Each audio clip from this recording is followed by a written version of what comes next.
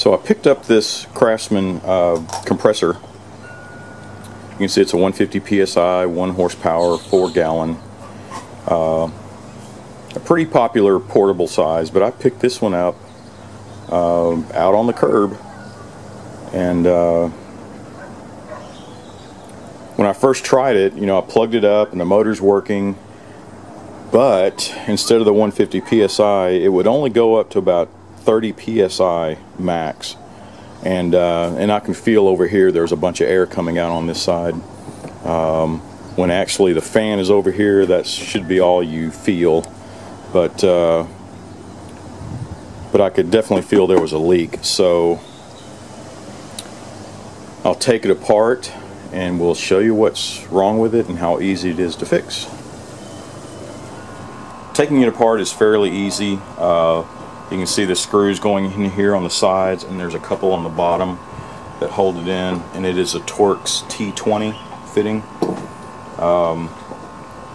Once you take those off and disconnect the hoses, it slides backwards and up and out. So we can kind of set that aside.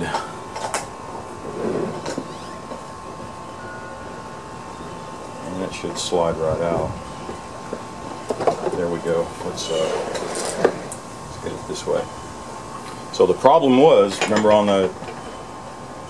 this front side I was saying I could feel air coming out. And if you take a close look, this is where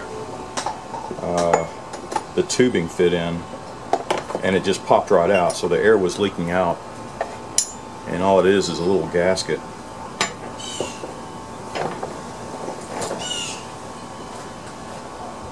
So we'll take this head cover off, replace the gasket, reinsert everything, and it should be good to go.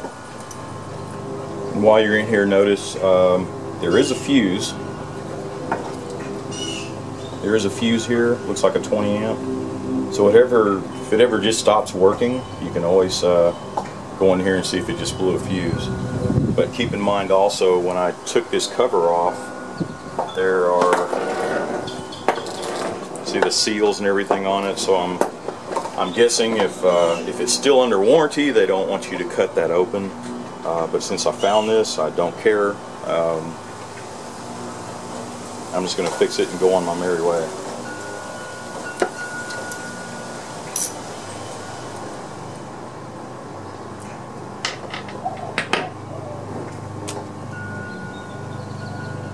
And there's your blown gasket. There's a chunk of it there. And you can see how, yeah, it just popped right out. So it's just a little seal, but it does have to handle 150 PSI. So I was able to you know, look up the part number, and I ordered it off of Amazon, pretty cheap. And you can see there is a difference. When you look at this, this is a replacement part for this. This little orange one, the original one, apparently they obsoleted this one, and this is the replacement. And it even actually does feel and look a little more sturdy. This is a little more pliable, a little smaller. This is much more,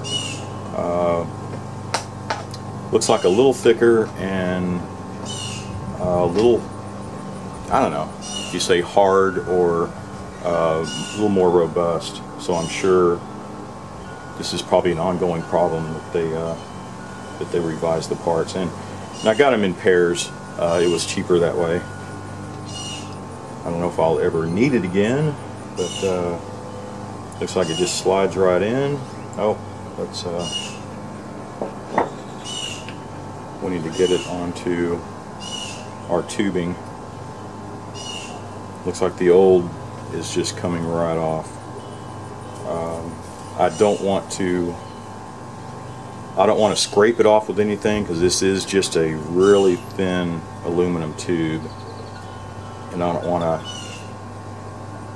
scratch it or bend it somewhere and weaken it. But yeah, that's it. It came right off.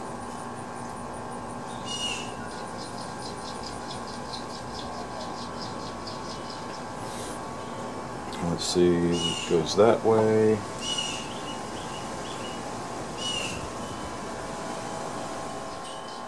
Alright, there it is in place. And it is a tight fit.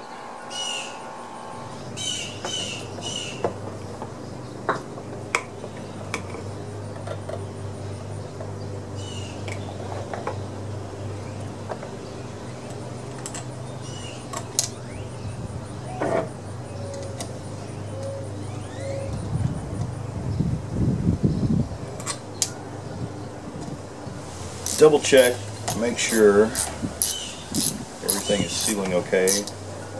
I'm going to tighten this down. I'm going to do a crisscross pattern just to make sure that it gets a good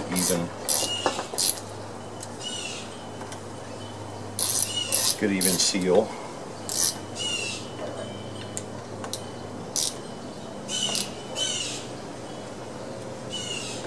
Now, don't want to go too hard because this does look like it's a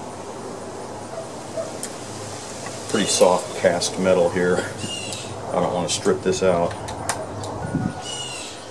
Alright, that feels pretty good.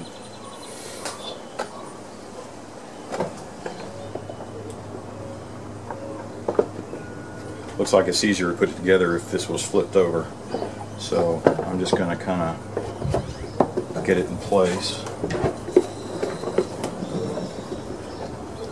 There we go. Now make sure all our wires are in place where they should be. Okay, everything's in place.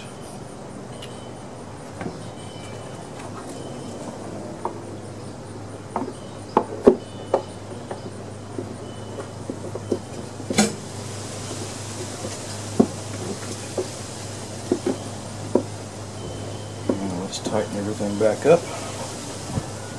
And we'll put her on.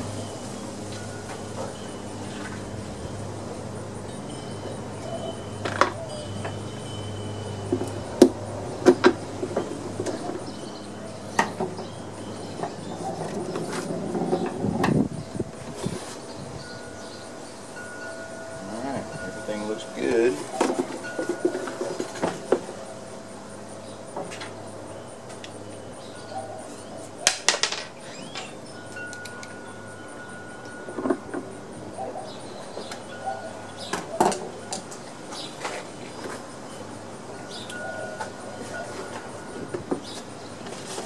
Let's get this out of the way. Hopefully I won't lose that extra one.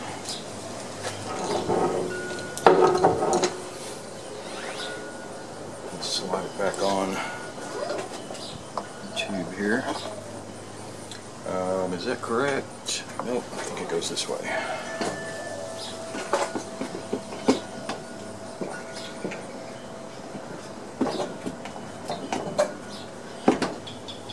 There we go.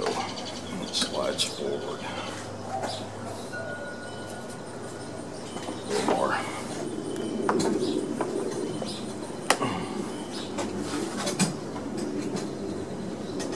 Okay, I think that's got it. And these remaining two screws, these are set screws actually that keep it from sliding back out.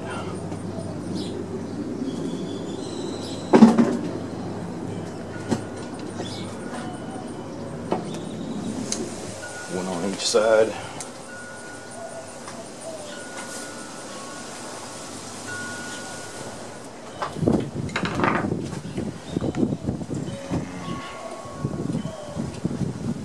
Insert our hoses.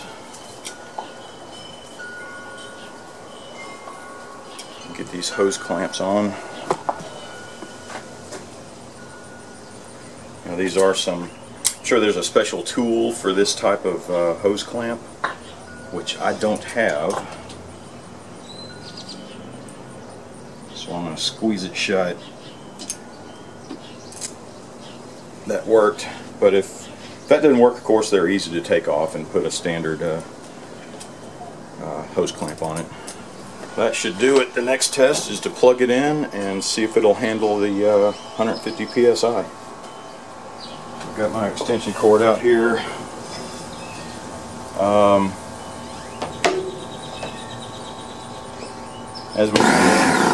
As we know, they get pretty loud. So I'm probably going to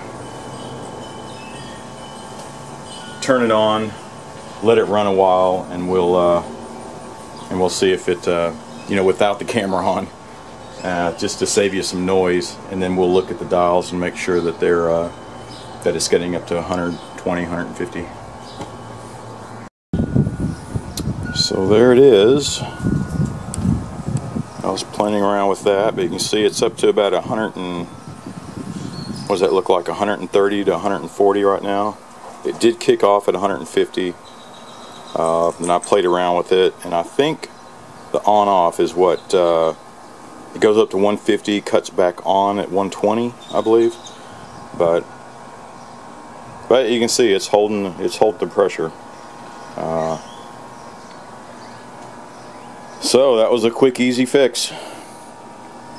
Be sure to subscribe to the DIY channel and or the DIY tool channel, and we'll have some more videos for you.